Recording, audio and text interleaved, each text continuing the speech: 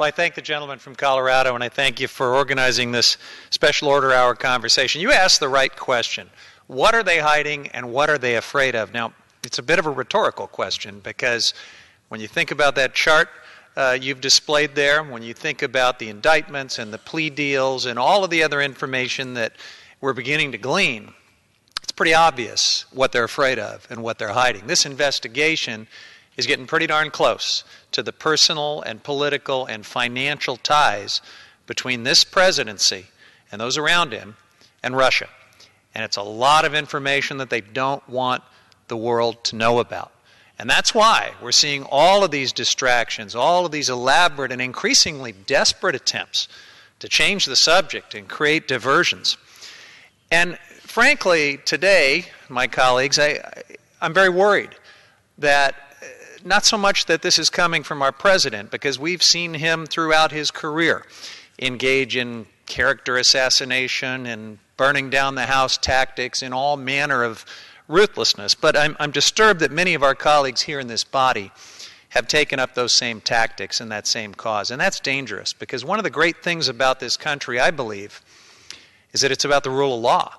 Our founders actively debated this question about whether we would be a country of laws and institutions or a country of men. Would we have some people above the law, or would we all be subject to the law? And they answered it loud and clear.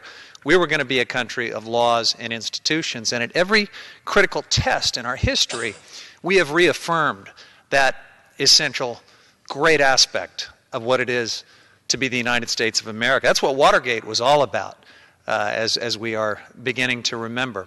And yet, today, it seems that that proposition is being retested all over again. And to my dismay, some of our colleagues are hoping for a different answer as we retest that proposition this time. And that's very troubling. Now, I'm not in the habit of quoting Fox News very often, and certainly not their news hosts, but one of their hosts, Shep Smith, said something that really struck a chord in the last few days. Here's what he said about the so-called Nunes memo.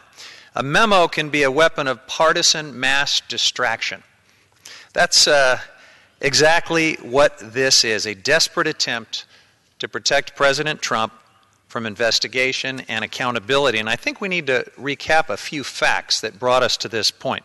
Back in November 2016, when the chairman of the House Intelligence Committee was appointed to President-elect Trump's transition team, he, like our president, started sowing doubts about whether Russia had interfered with the 2016 election, incorrectly claiming that there was some kind of disagreement between our intelligence agencies on the subject. In fact, there was no disagreement. All of the American intelligence community agreed. As they had looked into this, they determined that Russian operatives had worked to undermine the integrity of our election. That conclusion has been reinforced and reaffirmed by everything we've learned since then. Now, the chairman told Politico shortly before President Trump's inauguration that the House should not investigate contacts between Russia and the Trump camp, even though his Senate intelligence counterparts had already committed to following the facts wherever they may lead. So he had already made up his mind. The chairman described the Trump-Russia connections as a dead trail. He said there's nothing there. And of course, we know President Trump has said he has nothing to do with Russia. Totally contradicted by everything we have learned since.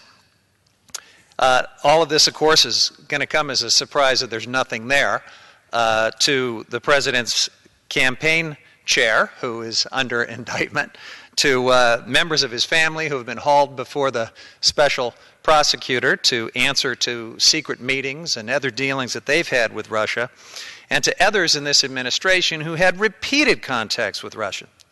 And of course, no one can forget the intelligence chairman's trip to the White House last year, where he staged an impromptu news conference claiming that he had briefed the White House about a source who could explain how Trump campaign officials were caught up in foreign intelligence intercepts. His unnamed sources that he rushed to brief the White House about, well, it turned out they were White House officials. This was a completely choreographed stunt. They had planted the misleading information with the chairman in the first place, obviously desperate to give some cover to the president who had tweeted out about wiretapping and conspiracies, and on it goes. So, to my colleague Ed Perlmutter, you're asking all the right questions. This investigation is beginning to answer those questions in very, very important ways. And we need to make sure that it runs its course. It's important to finding out the truth. The American people deserve to know the truth. It's also important to reaffirming that incredibly important aspect of what makes this country great, and that is that we're a nation of laws and institutions. We've got to reaffirm that, unfortunately, over and over again from time to time. And with that, I yield back.